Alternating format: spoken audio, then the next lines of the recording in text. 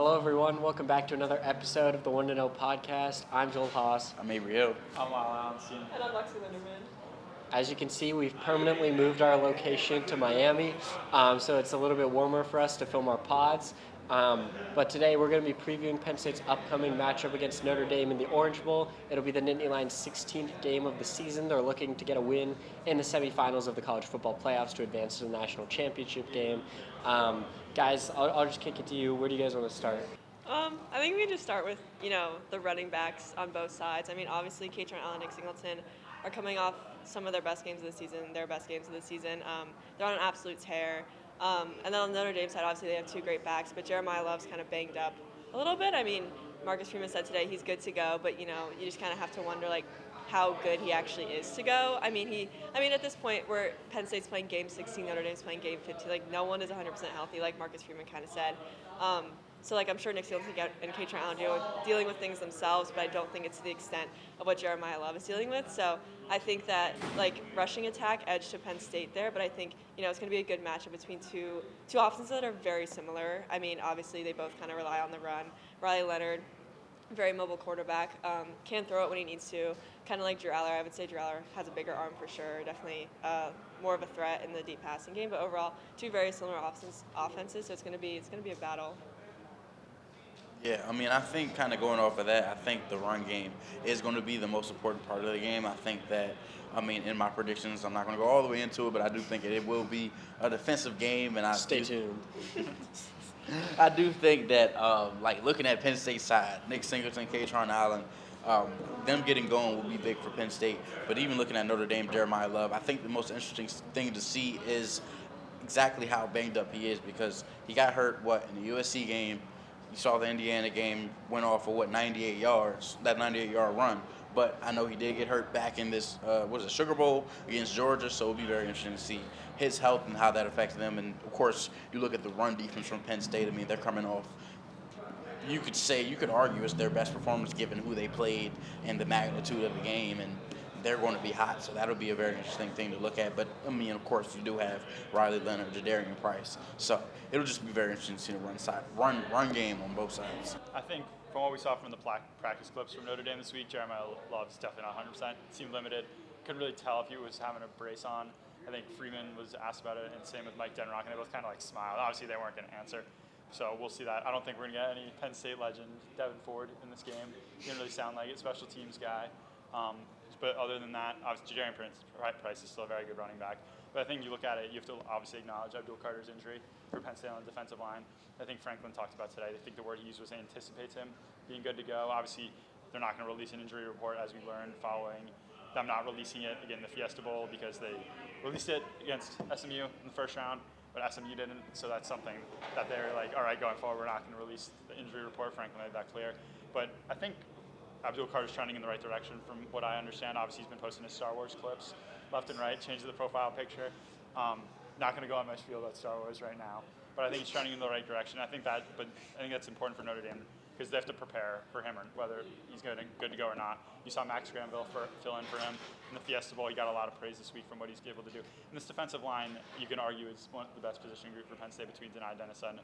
Vanover had a really good Fiesta Bowl. Smith Hilbert's been contributing, obviously, what Granville did. But I asked Riley Leonard, does the preparation change or not, regardless if Abdul is good to go or not? He's like, obviously, you have to game plan for him, because, that's a lottery pick, one of the best defensive players in all of college football. But he said they've seen talented defensive lines that can prepare the team and their offensive line for it. They talked about A&M. So obviously, they just played Georgia. So I think that's something to look at. Yeah. Obviously, both teams are hit pretty hard with injuries in this one. I think Notre Dame is actually in a worse spot, I think, than Penn State, even though they've played one fewer game. I think they're missing a few more guys. I know Marcus Freeman said their tight end Flanagan is out for the rest of the college football playoff run. He wasn't a huge contributor this year statistically, but I think he made a big impact in the run game, run blocking, and obviously, that's what Notre Dame wants to do. They love running the ball. I think with Love, I think that's the big injury for Notre Dame, because you could argue that he was the best running back on either team if he's fully healthy, but if he's less than 100%, 60, 70, 80%, whatever it is, Singleton and Catron are probably in a better spot right now, at least health-wise, because both of those guys have also dealt with, bumps and bruises throughout the season, but they're both playing some of their best football right now, which I think plays to Penn State's advantage. Obviously, the run game's going to be key on both sides. I think if you're Penn State, at this point, your biggest worry is kind of Riley Leonard, what he's able to do with the legs, the mobility that he has, and Penn State has been asked about that. The players have been asked about that. How are you preparing to handle that? And they've talked about kind of playing similar quarterbacks, whether it's Luke Altmaier with Illinois, Kevin Jennings at SMU, or a couple other mobile quarterbacks that they've gone against. But I don't think they've really faced a quarterback at this level in terms of running the football. So it'll be interesting to see what they do there. I would like to see if Abdul Carr is healthy. I think Penn State should have him as kind of a spy for Riley Leonard, or if not Abdul, then potentially have Tony Rojas in that role. But I think you have to have someone monitoring Riley Leonard on every play just because of his capability with the legs. Honestly, what he's been able to do with his arm hasn't impressed me too much. I think he takes care of the ball, so you have to give him credit there. He doesn't turn the ball over, but in terms of big playability or big arm, things like that, nothing really stood out to me from what I saw from Leonard. I think it's interesting with Leonard in terms of running the ball because you look at Kevin Jennings, Dylan Gabriel, I think those are more dynamic playmakers with their legs, whether it's actually running the ball, just getting out the side of the pocket, making plays with their feet. But I think Leonard's the better runner, but I just don't think he's as close to an athlete. I think somebody was talking about his run against Georgia, where he was obviously, he said people were questioning his dedication. He's it's a playoff. Why are you not trying to do everything you can, putting yourself on the line? But then another thing I thought was interesting that he talked about was I don't know if he was just trying to downplay his ability, or whatever. He's I'm not that fast. Guys just miss. I don't really do anything special, which I think was kind of interesting. It's very interesting strategy. I mean, that's quarterback talk. You're gonna, yeah, I'm I kind of agree with him. Though. But I mean, I don't think he's a burner, but I do think he's fast for a quarterback. I was trying to find his 40 time. I don't know if it was confirmed, but I saw around 4.54. I don't know. So you're faster. I would say, yeah. I'm So, a 4.38 type of. Okay, perfect. Yeah. So I do think that he has definitely enough speed. He had 800 something yards. You don't get that by being an average speed, like a Mac Jones speed type of guy. It's not average speed, average, but you get the point. But I do think the interesting thing about him is he can take off, and he can take off down the middle, whether it's running a power read, whatever you're running. And I think that'll be the interesting thing to see. Penn State's defensive line, they're going to get that penetration. I think it'll be big for them to either get penetration or create fouls, because that'll make it a little harder for him to kind of get out and escape and things like that. But I think in general, that'll be the name of the game. Him escaping for first downs could kill Penn State. I think it's a game of inches. That's what football is. And I think when you talk about teams like this, traditionally, it's probably going to be a low-scoring game, defensive game, running the ball all day and stuff like that. I think the important part about that is, protecting, the inches, making sure you're not giving up. You had all 3 downs, but all of a sudden you give up that one play that either puts them in position to go for it on fourth or, gets them the first down. So I think that'll be an important part, not just for Penn State, but for Notre Dame as well. Yeah, I think just like you mentioned, the game of inches, I think this is one matchup where it's really just going to come down to the smallest things. And after the Ohio State and Oregon losses, all the players kind of said that it always comes down to the small things against good teams. When there's both 2 good teams on the field, it comes down to that stuff. And we saw it in the Georgia game. Georgia outgained Notre Dame on offense, but just a couple errors, fumble, all that, and all stepping on the field. Yeah, and special teams. And Notre Dame's winning the game pretty handily, even though it might not look like that on the stat sheet. So I think it's just those things. I think Penn State needs to take care of the ball, and I also think I think it's going to be a low-scoring game. I'm interested to see how Penn State's offense kind of handles the Notre Dame defense, because obviously a very good defense, and they play something very similar to Ohio State, where they're just going to try to lock up the Penn State receivers and keep Tyler Warren in check, and then if the receivers can't get separation, there's not much Penn State's going to be able to do, especially if they can't get Tyler Warren the ball. So I think it's going to be kind of similar to the Ohio State game. Will the offense get the production from the run game that it needs? Because Nick Singleton and Catron Allen did basically nothing against Ohio State, and then the passing game could not make up for it. So I think it's going to be another one of those things where it's can the passing game make up for it, or is the running game just going to take over? And yeah. You brought up Tyler Warren, which I think is interesting. Actually, notice you kind of tend to do that a lot, but I think they're playing with Xavier Watts at safety for Notre Dame. Yeah. This is the best safety that Penn State has seen since Caleb Downs at Ohio State. And Tyler Warren, up until those two big runs he ripped off late in the game. He kind of got shut down by Caleb Downs. He got bracketed. And I think that's kind of an interesting matchup because you saw it in that Ohio State game. Penn State couldn't get the receivers involved when you needed them to. And this was something that Franklin talked about this week, how they've turned a corner. We've heard a lot of good stuff about Omari Evans. But they haven't really needed to get him the ball, like, to win the game. And this might be a game where you need to do that. Obviously, granted, I think the run game, they're going to lean on it. Katron Allen has been playing some of his best football since he's been at Penn State. Nick Singleton, obviously, he wasn't the guy last week, but it didn't matter because him and Katron have gone over like 130 yards in every single playoff game, at least a touchdown. So I think, if you take Tyler Warren out of the game, I think that's an interesting look at. Xavier Watts is a really good player. This Notre Dame team is aware of Tyler Warren, just like every team in the country really is. But if you take him out of the game, I think you hone in on those wide receivers, I think that's going to cause trouble. The thing to me is, like, the way Notre Dame has been playing so far this season is a lot of cover one with Xavier Watts over the top. If you're bringing him down to play man on Tyler Warren, I'm interested to see what they're going to do on the back end there to kind of cover it up, or how they're going to change around the formation to account for that. Because obviously, when you're moving Watts down to cover Warren, you're going to have to put someone else over the top, and maybe that opens it up for Penn State to get some more explosive plays in the passing game if you don't have Xavier Watts kind of manning the backfield like that for Notre Dame. But it'll be interesting to see what they do there with him. But yeah, I think that'll be pretty much the matchup to watch in this game. Will be Watts on Warren, which I think we can all assume that he will be covering Warren for most of the game, if not all of it. But yeah, that'll be an important matchup. I think kind of going off of that real quick, like just looking at, like you talk about, like how are they going to replace, bringing Xavier Watts down. Like Notre Dame runs a lot of stunts and stuff like that. I think that'll be that key to not only, covering up the back end, but that Tyler Warren matchup. Because if you don't even give him time to get open and make plays and get in position, because of course he's a big body, like he's going to be trying to use his body. Xavier Watts, he's not the biggest guy, but he's an athlete, like he's all over the field. But if you're able to position yourself in the right place to make plays like Tyler Warren's done all year, that'll make a difference. But if Notre Dame's defensive line is getting home on the stunts and stuff like that, obviously they'll bring their backers sometimes. Like, I think that'll be a big part of the game. But I do think, like, overall, I think the run game will nullify itself out on both sides, and I think that Xavier Watts, Tyler Warren, that is the matchup to watch. Yeah, I think you mentioned Penn State's offensive line having to deal with Notre Dame's defensive line. Like, they did not play super well against Boise State. Drew Aller got sacked a couple times, and some of that was on him. He just kind of needs to let go of the ball sometimes. But at the end of the day, they were getting pressure to him fast, and there wasn't much he could do sometimes. And so I think coming off of that, I think the offensive line just needs to be better. This is they had a great game against SMU, a great game against Oregon, but it's now this is SMU not that good. Boise State's good D-line, but still not as good as Notre Dame. So I think they need to bounce back from that, or else it's going to be just a tough day for Penn State in the passing game. There's nothing they'll be able to do if Drew Aller doesn't have time in the pocket.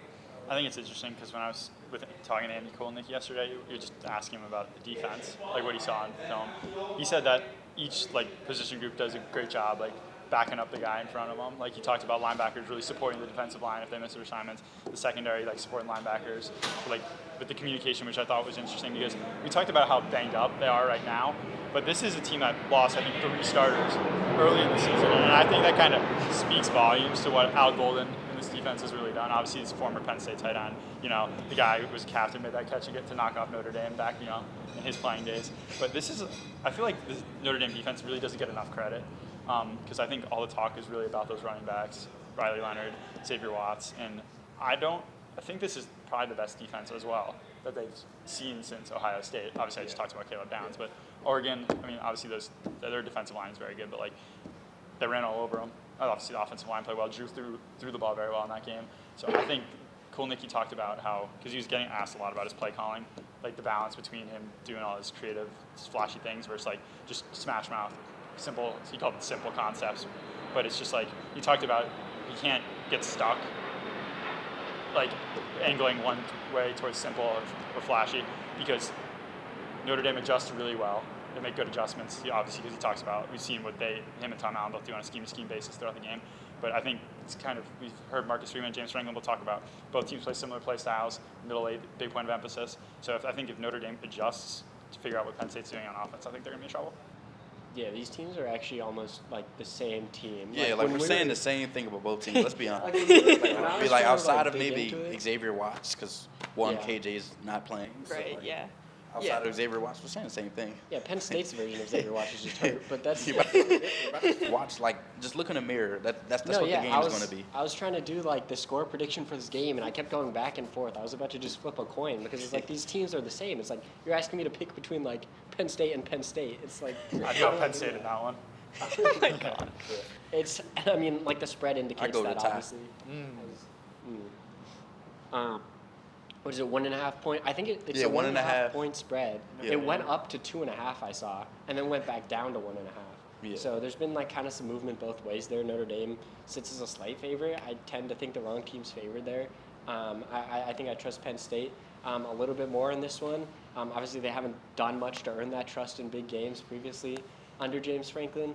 But I don't know. It's just such a tightly contested matchup that is obviously going to come down to the margins. You know, which team's able to execute better. I think some of Notre Dame's injuries are gonna hamper them a little bit. And make things more difficult for the Fighting Irish in this one, which is why I trust Penn State a little bit more. I also think if you just look at the top end talent on both rosters, you could make the argument that Notre Dame has the more talented overall roster. But I think if you're just looking at top end talent, I think Tyler Warren's the best offensive player on either team. I think Abdul Carter's the best defensive player on either team. So I think Penn State has those playmakers that Notre Dame doesn't necessarily have. And I think if you're Penn State, you want to rely on those guys. Now, obviously, Carter's status is questionable for this game. And Lyle has a theory that the entire Penn State team has caught the flu. So maybe some more guys will be out. Stay tuned. I don't know if you want to elaborate on your theory. No, I'm not going to elaborate on that one. I'm not going to elaborate that one. I'm hearing some things. So Lyle gave me the flu, and Lyle gave the Okay, entire Joel Penn gave State me team the flu. Lyle gave Penn State the flu. If they lose, it's Lyle's fault. I like that. Why are you blaming it on me? But anyway, James Franklin has not won a game where he hasn't been favored. So that's also something to think about. But I think when you look at how they match up on paper. Yeah, nice he won a game when he's transition. Yeah, because Speaking of the flu, James Franklin has Also, he's won also a not game had that has not had a flu he game. beat Utah as like a 3. Okay, so that's what I meant. Yeah. They haven't won a game since the Rose Bowl. Yeah, By I count was of gonna say, bowl yeah. Sorry, just all this flu But talk. that's the only is one. subconscious. That's the only one in like the last 5 years. I thought 2021 Wisconsin, or did they? Yeah. Yeah. Okay. Anyway, I think there's more paths to victory for Penn State in this one.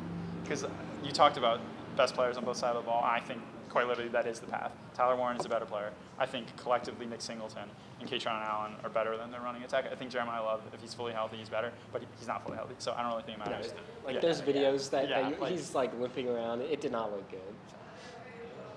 Yeah. Well, I think going back to like the James Franklin thing, I think just like he kind of got screwed over with Penn State's path. Obviously, I mean, you beat SMU and Boise State. Everyone's like, oh, okay, like you were supposed to do that. But like now, this is like actually like this is the biggest game James Franklin has probably had in his entire career. I mean, not probably, like it definitely is. I mean, he's playing for a chance to finally make it to a national championship. I mean, he's been here for he's been at Penn State for 10 years, and like he's finally like right on the doorstep.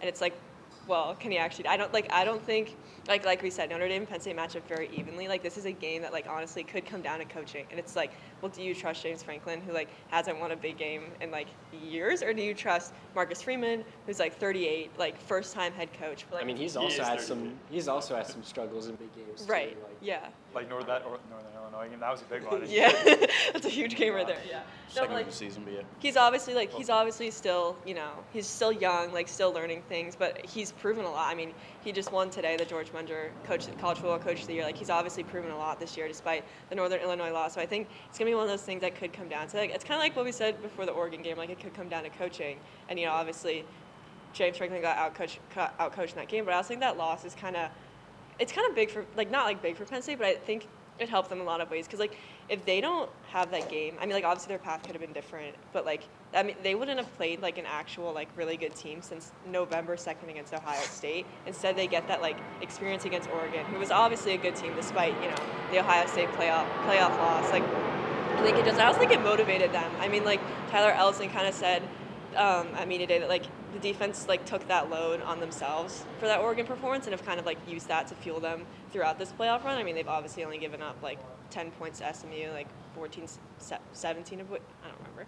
But like regardless, like I think the Oregon loss could be a beneficial thing. But again, I just think it's going to come down to coaching in this one, and it's just a matter of who you trust more.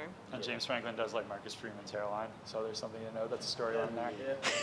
But I do think, kind of going off of Lexi's point, I think coaching is the determining factor of the game, but I do think it comes more from the coordinator's perspective. I mean, you see Andy Kotelnicki.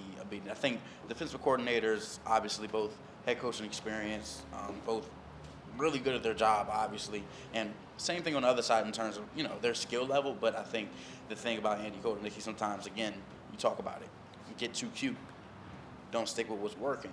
That'll be the thing that it comes down to. I mean, you look at Notre Dame's offensive coordinator. He has 39 years of experience. Like, he's coached at LSU. Like, he's coached in a lot of really big games, and he's going to know, like, when things are working, go with it. Like, it's fine. Like, so I think that'll be a very important part of the game, and I think just with that, it'll be coaching. I think James Franklin comes and he is aggressive, and I think those decisions will probably work out more times than not. But I think at a deeper level, it'll come down to play calling and things like that, minor decisions and stuff. Yeah, I think this is not the game to get tricky on offense and try breaking out some new things, because this defense is. You're gonna see it though. Yeah. You think so? I mean, think with the way they run the offense, they have to. That's like part of the offense. Not new things, but tricky things, for sure. This Notre Dame defense, though, like, if you mess around, you're gonna find out. I agree. But like, they're just so disciplined that you try to do some sort of trick play, some sort of fake, they're gonna snuff it out, and it's just gonna be a disaster for Penn State. I think you just have to. You just have to run the damn ball. Like, you just have to stick to the basics if you're Penn State in this one. And, like, you should be able to win realistically just by doing that. But I don't know. That's just my take on it. But I also think Kotelnicki can be creative without being too cute. Like, I think, like, the basics, like, I think he finds ways to be creative within the basics. And so I think that he just needs to do that. Like, it's just, it's just a matter of, like, not doing too much. Like. Yeah, he has the moments where it's, like, it's the most basic play, but still very creative.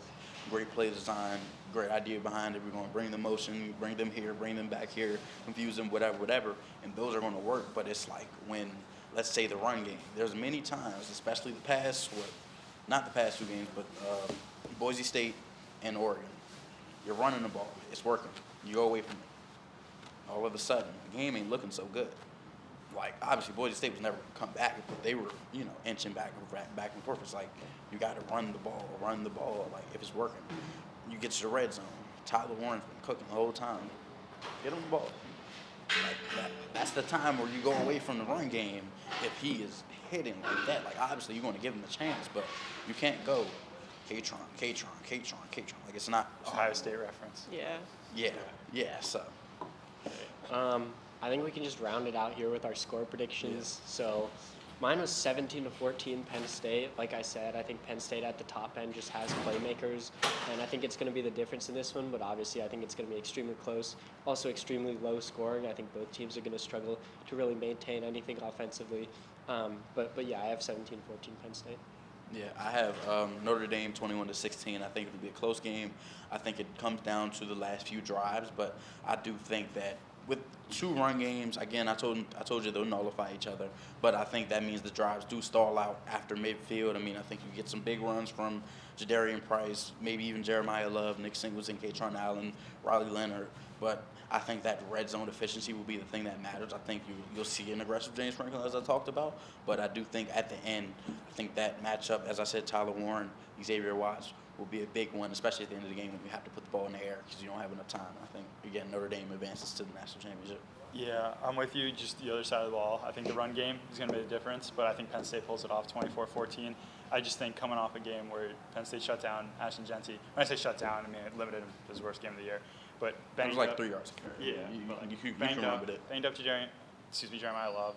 Jarian Price is a very good running back, but like you could focus in on him. They've seen mobile quarterbacks. I don't really think Riley Leonard's going to be the difference on the ground with his legs. This Penn State defensive line, whether Abdul Carter plays or not, has proved that it's one of the best units on the team and probably in the country. So I think that's going to be a difference. They shut down the run. Any lines take this one? I'm with Avery. I've got Notre Dame taking this one. I have them winning 20-17. I think it's just going to be. It's just a matter of, like, I don't trust big game James, like, genuinely, like that. Like, I just don't. Put it in a book. I just don't think he can get this one done. I mean, like, the pressure, like, I don't know if there's, there's pressure, like, there's a ton of pressure. There's always pressure. Like, at this point, like, you're so far into your career, and it's like Lyle mentioned, like, he hasn't won a game. He's the underdog in since his 2022 Rose Bowl. I mean, and that's the last time they won a big game, so maybe, he's due. I don't know, but I don't think he's getting this one done. I also just think, like, I just don't think Penn State's passing attack is going to be able to do that much. I think Xavier Watts is going to pretty much keep Tyler Warren in check. I think, if they're going to get the ball to anyone, I think it might be Tyler Warren, but I just don't think Katron Allen and Nick Singleton can do everything by themselves. And so, I mean, it's going to be very close. Like, I still think, just a 3-point win for Notre Dame. But, yeah, that's what I've got. That's it for today's episode. Thank you guys for tuning in and joining us. If you enjoyed the video, please make sure to drop a like and subscribe. For more football content, you can find us at psucollegian.com and follow us on socials. We'll see you guys next time. Eat your oranges.